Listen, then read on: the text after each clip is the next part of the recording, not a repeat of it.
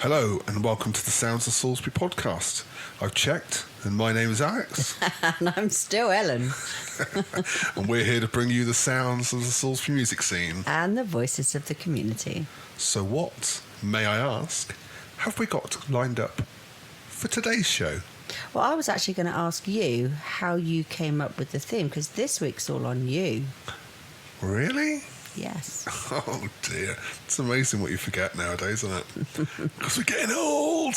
So today's podcast, the theme is animals, and it's definitely been inspired by our musical guest, somebody who has supported the Sounds of Salisbury, especially the Facebook page, has always commented or sent us new music to listen to give feedback on and promote, and we always kind of wanted to get them onto the podcast when we've been doing them but never really found the opportunity, so it's brilliant to be able to get them on for this one, because they have new music out and some awesome stellar gigs coming up. So that is Adam from Mighty Magic Animal. So we thank him for today's theme. Yes. So then I had my guest, and in Salisbury, if you're going to go animal theme or animals, where would you go? I mean, it's a no-brainer, really. You go to the Riverbourne Community Farm. Absolutely. So I caught up with Sarah Jane, who likes to call herself Sage, as in the hub, and here's a little snippet from the pair of them. Very much a product of that 90s grunge sound. Pies, we really want someone who makes good pies.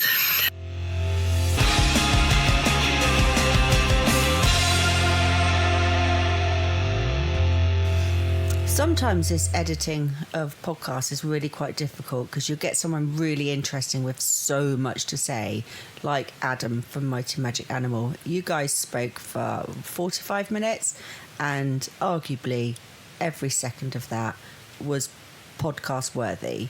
So I didn't envy you having to chop that down so that our listeners were not having to listen to an amazingly long podcast.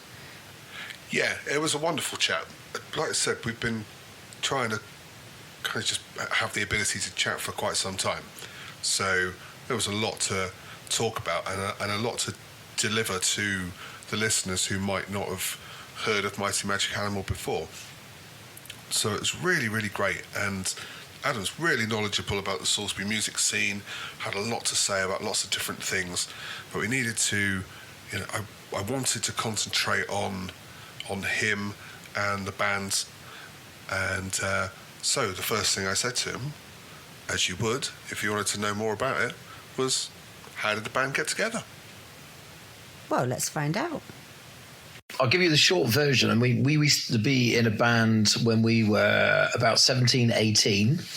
And bearing in mind we're now 45 and 47 this year, called Concrete Socks and Concrete Fuzz, that played in Salisbury back when we had the Hobbit and the Gallery. So many, many years ago. And then Rich went around travelling around the world. I went off and did my thing for a little while. And out of the blue, Rich was coming back to living in the area and said, do you want to do something? Do you want to do a band or something? And originally we were going to be an acoustic sort of setup. And I've always continued recording music at home and things like that. So I had a couple of louder songs. I said, well, White Stripes have done this, so why can't we give it a go as a two-piece? And obviously when you're a bit older, you don't see your friends as much, and having only two people in the band has been quite a blessing, really, because it's less to organise, really. It's just, can you do this gig, yes or no? And you only got to ask one other person. So it's been going since. So we're actually coming up to our 10th year in December this year. Will be our 10th year as a two-piece band. So 10 years, I mean, that's pretty cool. When I look on Spotify, I can see that your first release on Spotify was in 2010 with the single Might, but you guys have been releasing a lot of other stuff using things like Bandcamp. So how much music and material is there out there?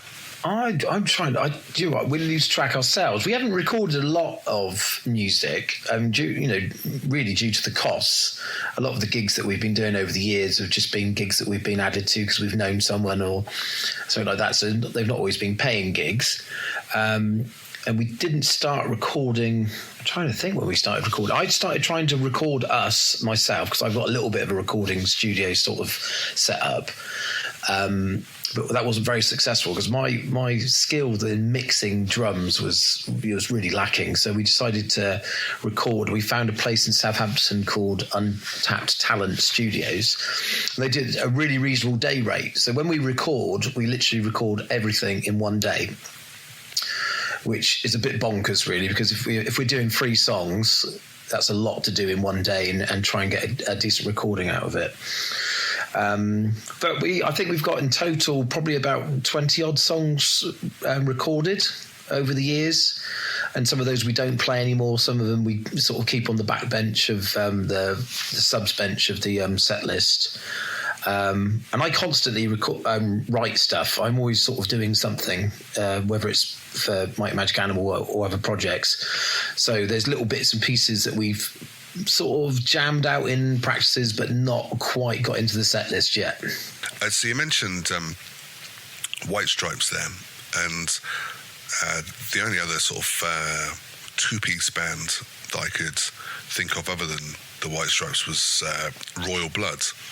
And I kind of liken your music to both of them, but there's a really nice punk grunge throwback to your music as well.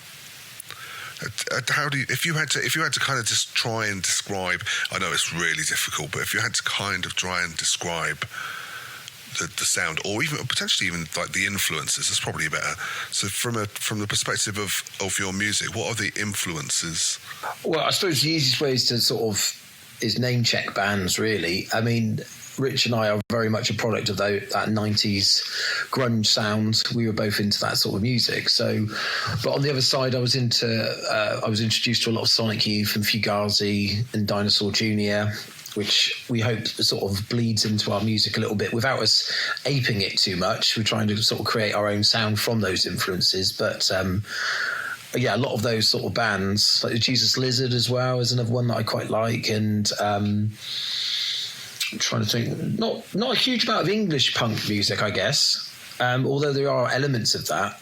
But it's really difficult when you talk about influences of music because, I know it seems a silly answer, but everything you've ever listened to influences you in some way. You either go with that or you don't go with that. But things bleed in. I mean, I was never a big fan of Blondie. I like a lot of Blondie's music, but there was a specific part in our new single, Come Away, where I was saying to Rich, I said, I really like that sort of sound that Blondie had when they used to do the sort of fill right around the drum kit. So you get a real sort of spatial awareness of the drum kit as it comes around. And so it's like little bits that we'll just throw in, and we've got no sort of snobbery about music. So it's just what works for us, really. But yeah, I think those main bands are, quite apparent in our music. Definitely. There's definitely the vibe and the sound is there without, like you said, coming across as too influential. You've taken your own spin on those sounds, but you give a nod to them, which I think is wonderful. I think that's how it should be. It's your own unique sound, but you're saying thank you to the bands that you've listened and influenced you the most. I mean, obviously, in the dynamic of only having 2 people in the band, you have to sort of deconstruct that sound to a certain extent, because I can't, we don't have a bassist, we don't have a second guitarist, so there's not solos, there's not bass lines that are underpinning songs whilst the guitar does sort of minimal sounds and things like that over it. And plus, it's very much skills based, because I find it quite hard to sing and play the guitar and do all these different sort of pedal changes. But yeah, we don't have expensive equipment, so trying to get those sounds, I'm always Rich gets frustrated because I'm sort of fiddling with my pedals all the time, trying to get the right sort of crunch or the right sort of fuzz. And I do have the classic sort of big muff pedal, which is a fuzz pedal, which famously, Billy Corgan used, and several other famous musicians from that time use, like Mudhoney and things like that. So, yeah, it's just trying to get our songs in there, but with our take on that sound, really.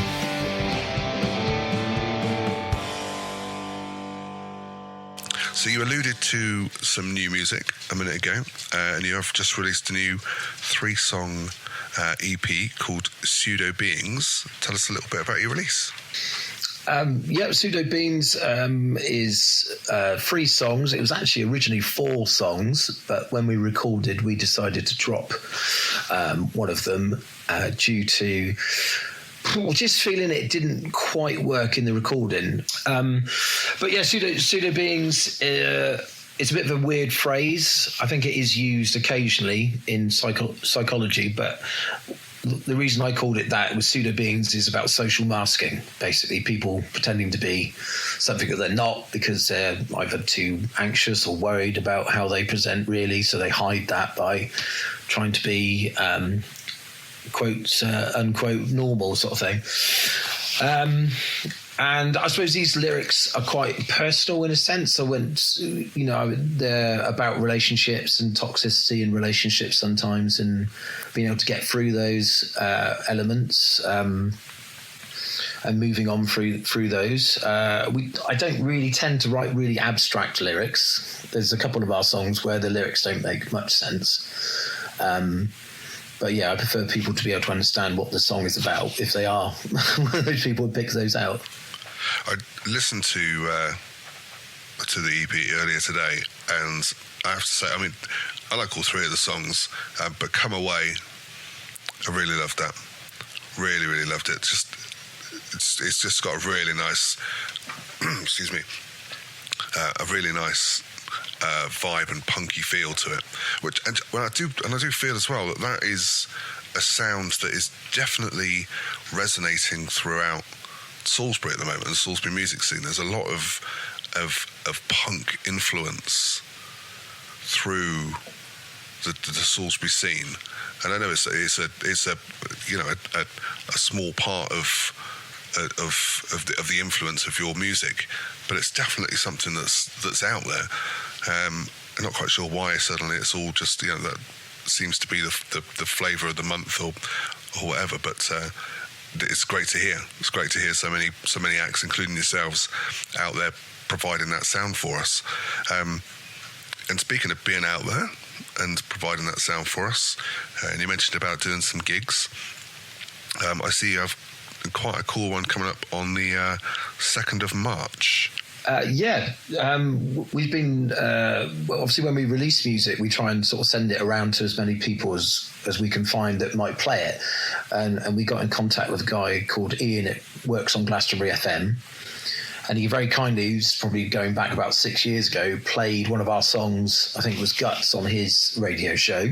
And we've kept in contact since. Now, they do very similar to what Colin does in Salisbury and does Salisbury Live. And they have about 4 venues, and they get bands from all over. And it's you buy a ticket and you can walk between all the venues. So very, very similar sort of thing to Salisbury Live, but in Glastonbury. And we're playing the Rifleman's Arms on Saturday, March 2nd. I think we're on quite early because there's loads of bands on that night. So we're on about 6:15, I think. We've got a quick sound check and then straight on. And then we've got a couple of gigs. We're in Bath on the 9th of March at the Bell, which is quite a nice, lovely venue that is. And then we're back in Salisbury on the 22nd at the Winnie Gate of March. So yeah, always nice to get a couple of home gigs in each year.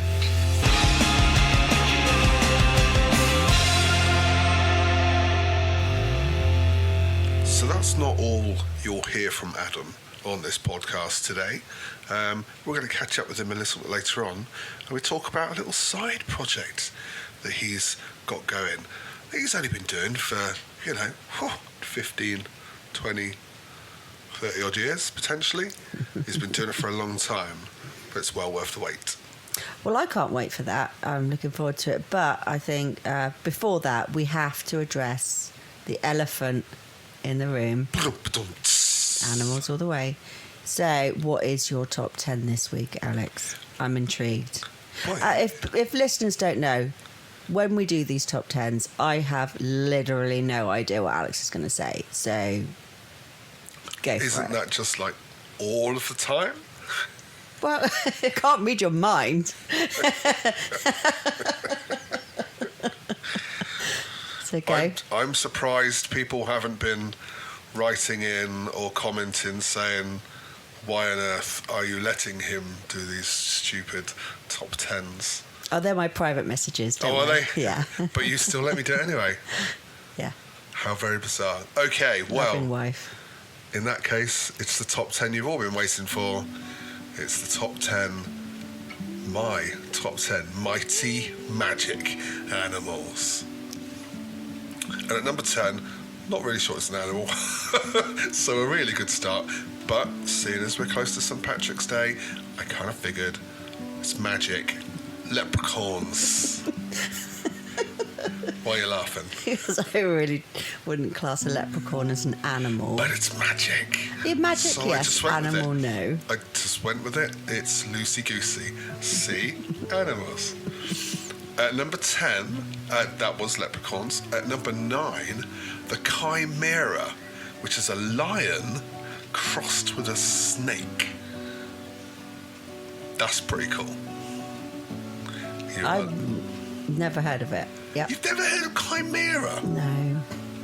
Sounds like a cocktail. I'm into it. So at number 8, the centaur. Now this is Yes. a man I know that one. crossed with a horse. I know that one because I'm a Sagittarian. Oh, okay. There you go. And that is the Yeah, that's the thing of The star sign of the Sagittarians. Saggy. You might have also seen them in Harry Potter, yes. as they were there. At number 7, the Cyclops. Oh, one eye. One-eyed. Again, is that an animal? Because isn't that depicting a man with one eye? You are very critical of my top Well, 10 this week. I was expecting animals. Do you know how many, like, mighty magic animals there are? One. Not many.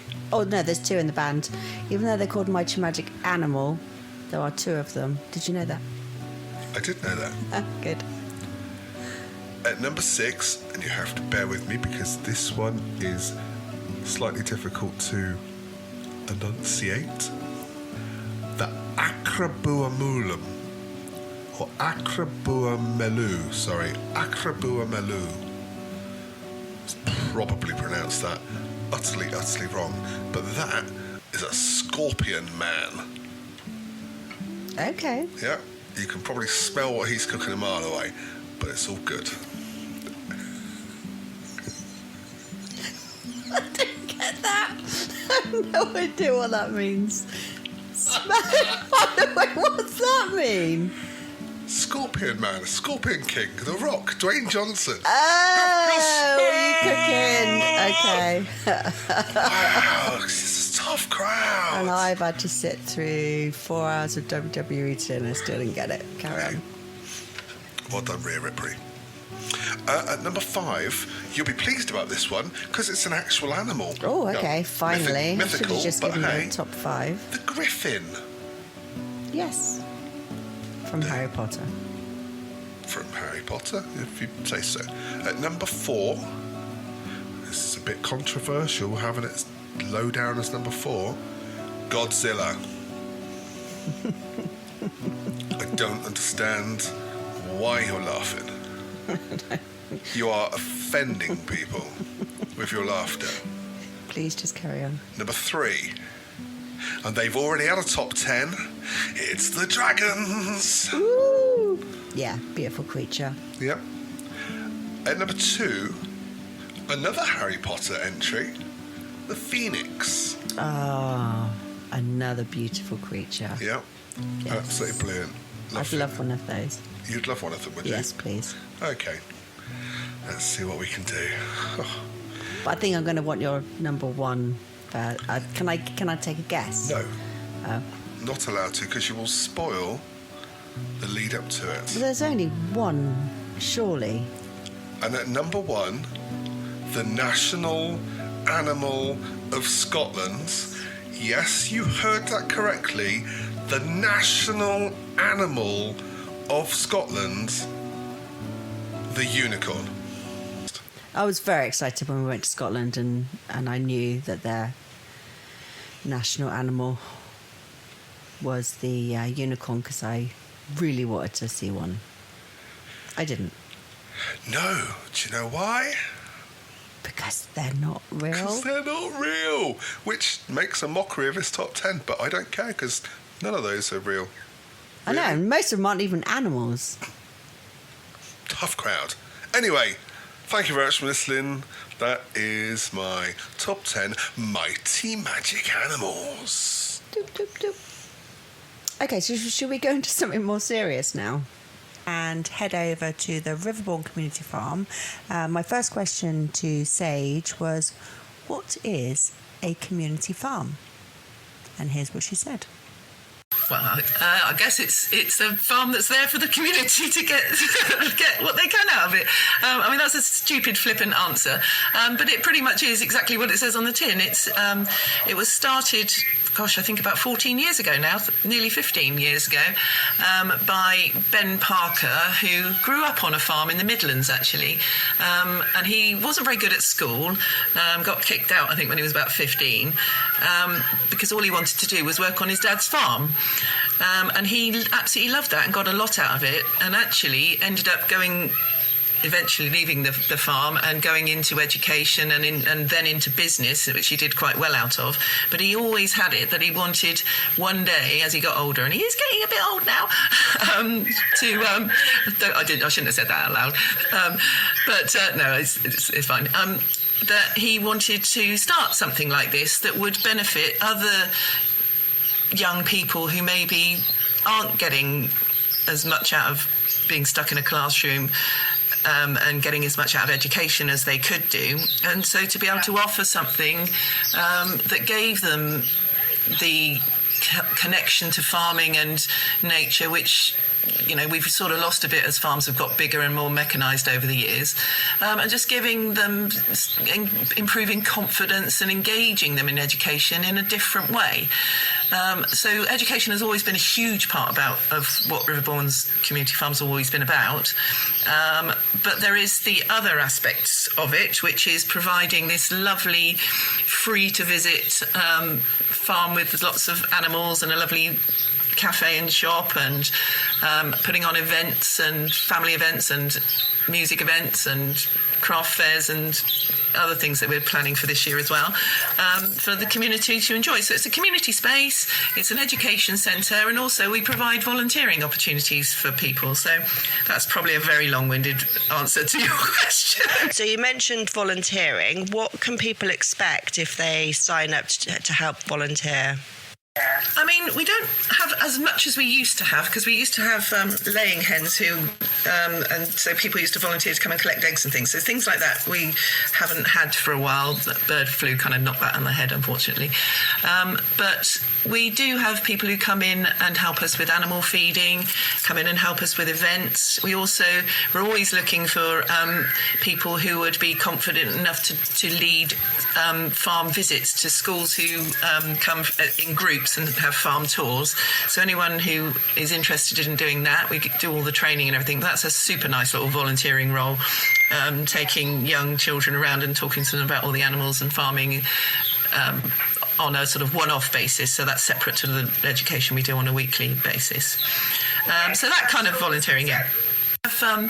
We do 115 or more school visits each year. And they're completely free. Our farm leaders are lovely. They have little groups of sort of 15 people, say, split a class in half and take 2 groups around the farm and just talk to them all about farming and our animals. Yeah, what animals do you have there? So what animals have we got on the farm? So I'm looking out of my office window. I must admit, I do have a lovely view from here. And we have alpacas, 2 of those, which we are hoping and think that are both pregnant at the moment. So spring, I would imagine I think April, May time, we're hoping for bibbies. We've also got lovely pygmy goats who will eat out of your hand. We've got Stan, the Cooney boar, who is adorable. He's like a big old rhino of a pig. And then we've got another female Cooney pig. We also have some miniature donkeys, some beautiful valet black-nosed sheep. They're the ones that have got the really long curly hair and little black knee pads and feet and noses, and they're adorable. We've also got another golden Guernsey goat. We've got a couple of Shetland ponies. Then we've got all the aviary birds, so turkeys, guinea fowl, partridges, canaries, lovebirds, pheasants, what are the other little ones? Quail. and obviously on top of that, we've also got our small animals, so rabbits, guinea pigs, and dagoos. I think I've covered it all there. Amazing. A great place then to take your little kids.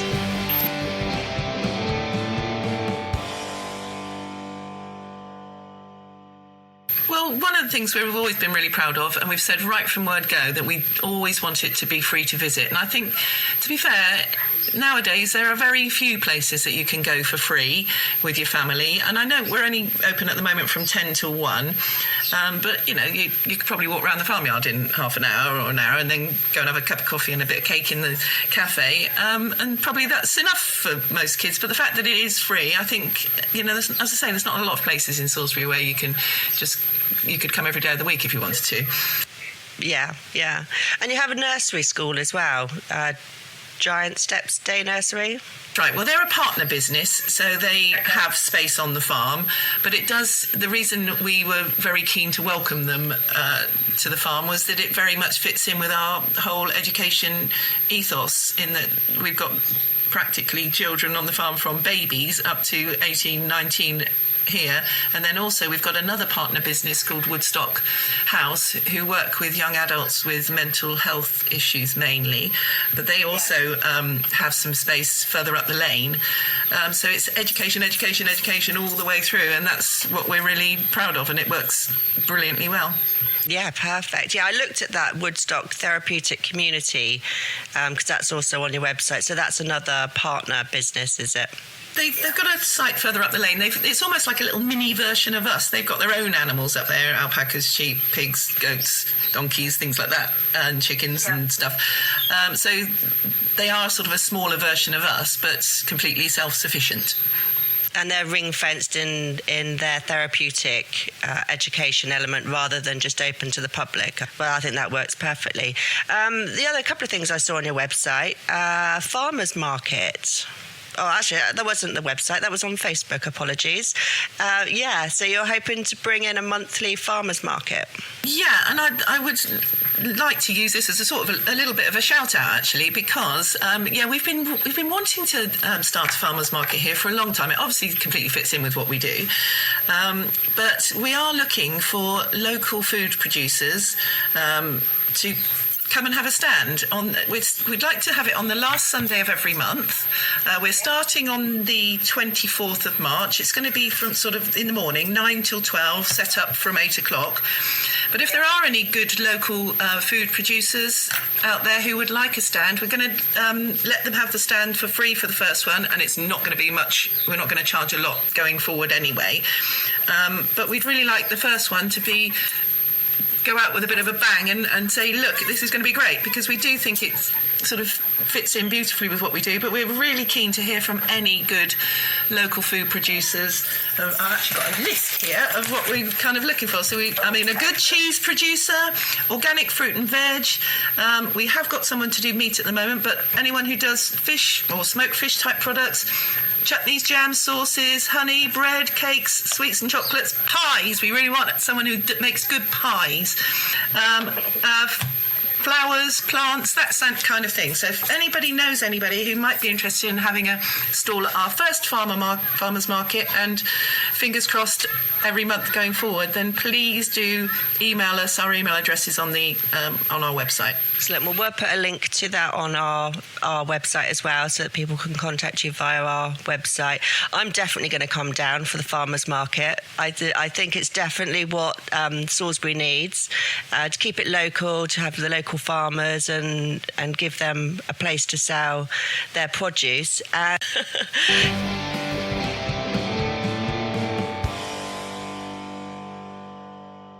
I see you do other events there as well in the barn. I saw you did some, was it line dancing last summer? That was a line dancing club that came and used the barn. I think they're using somewhere else at the moment because we are hoping at some point to raise enough money to refurbish the barn.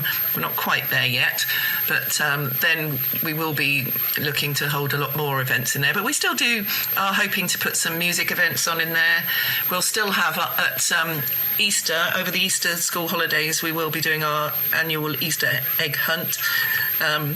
Find the pictures of eggs around the farm, win a goodie bag, and obviously we do the same sort of thing at Halloween as well. So yeah, we have got lots of sort of different things coming up this year, events-wise. We just need to organise them. Yeah. Well, I didn't realise at the time, but you did Christmas wreath making as well.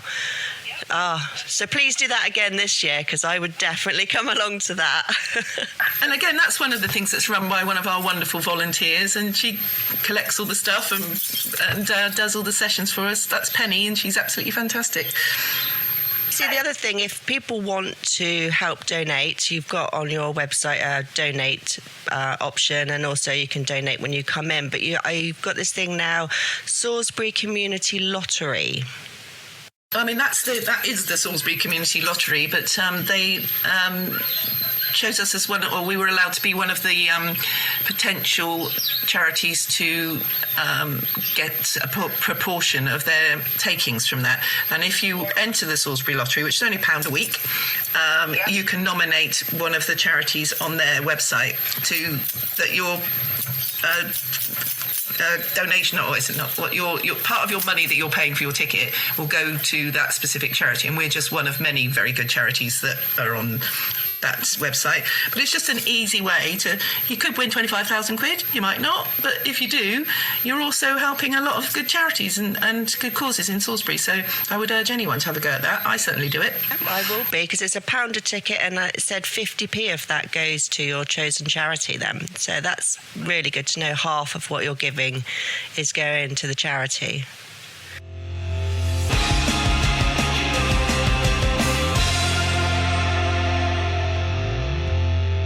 I think we're really lucky to have a place like that in the community, because not only is it just a wonderful place to visit, it's a very educational place for children, but the things that they're trying to pull forward this year, for example, the farmers market, sounds like a great opportunity for local farmers and developers to be able to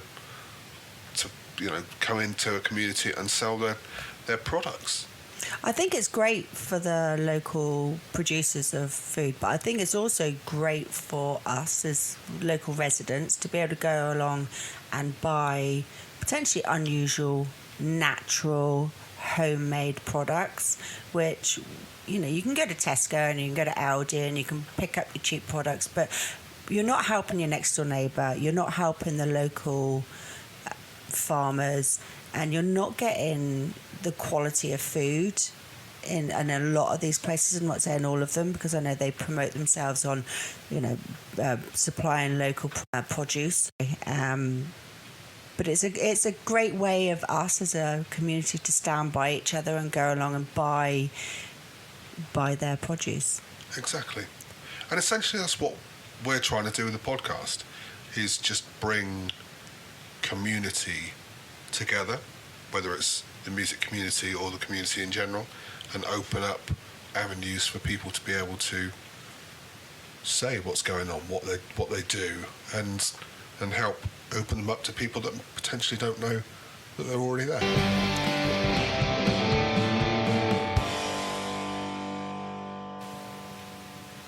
So as promised, up next is part 2 of the interview with Adam from Mighty Magic Animal.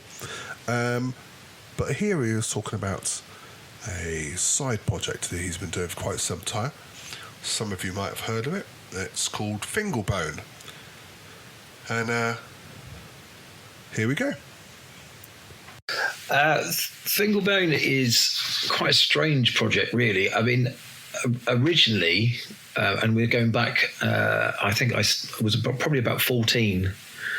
So, yeah, this is 31 years ago. So basically, when I started learning guitar, I was taught by Nick Marchant. I was a terrible student. I still am a terrible student. I didn't like doing scales. And he was very much like, you have to learn these scales, you have to do this, but very sort of laid-back guy. But as soon as I could play any chords, I just started making up songs. And I had a friend, and we used to do like this fake sort of jazz scat, making up names and things like that. And he actually came up with the name Finglebone.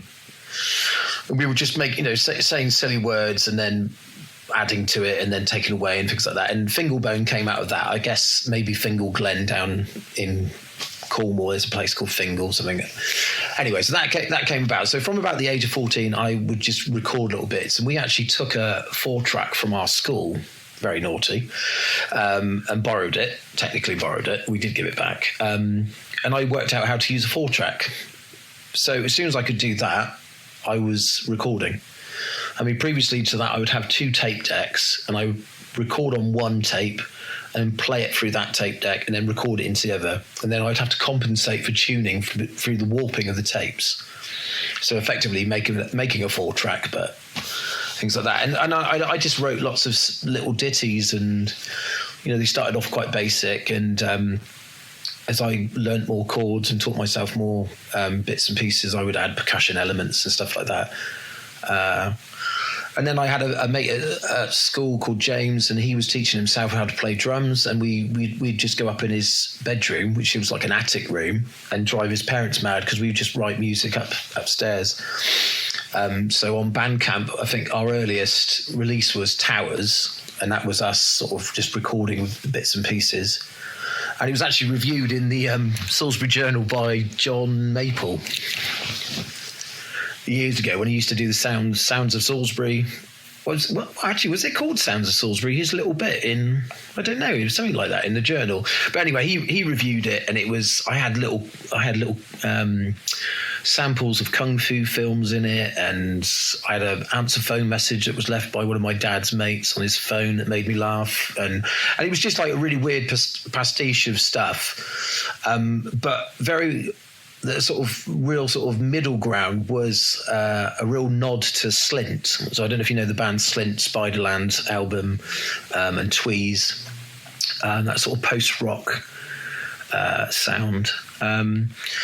So there's lots of little bits like that, and over the years it sort of went into sort of ambient dark folk stuff, and it was field recordings. And I did quite a few gigs around Bristol, and went up to London and things. But yeah, that's been on and off. I'm still recording now for it. I was hoping to do some gigs this year actually as Finglebone, so I try and cram that in. I think I've released. I've got about 21 releases as Finglebone. Yeah, so it's always been there from a very young age, and it is like my sort of one of my main creative outlets is through that. I love it.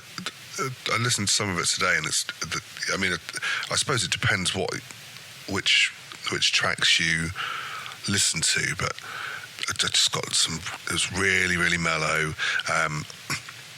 Definitely felt like you'd recorded in a field. You could hear the birds and in the sort of background, and it was just like, oh man, yeah, this is really, really, really mellow, really cool. So I look forward to it. Please let us know when you are out performing, because we'd definitely be interested in coming to watch and listen to that. That'd be amazing. Yeah, interestingly enough, that music, I've never really played it in Salisbury other than shows that I arranged. I did one at the Arts Centre, and I put a couple of shows on the British Legion. Yeah. Because I found that there wasn't much of an audience. Well, I certainly didn't feel that there was much of an audience for that at the time. Which is strange, because obviously there's a lot, it's loud bands, and we've got, we have different genres of music, but it seems, I don't know, it seems like it's a difficult sell to a pub.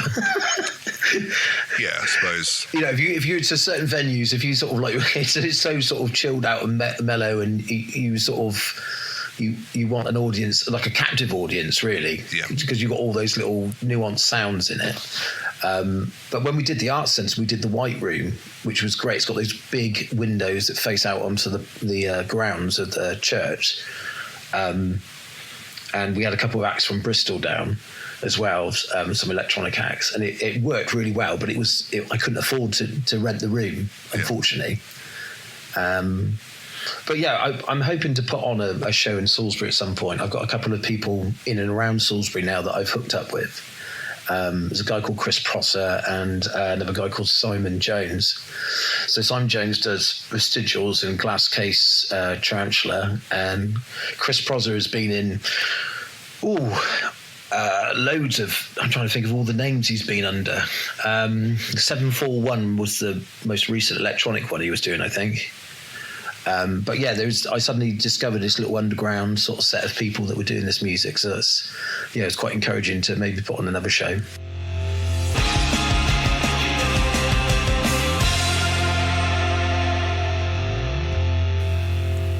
So we can't wait to head off to Glastonbury this weekend to go and watch Mighty Magic Animal live at Glastonbury Calling. I'd also catch up with good friends of the podcast, the brilliant Bottle of Dog as well, who are actually performing at the same venue as Mighty Magic Animal.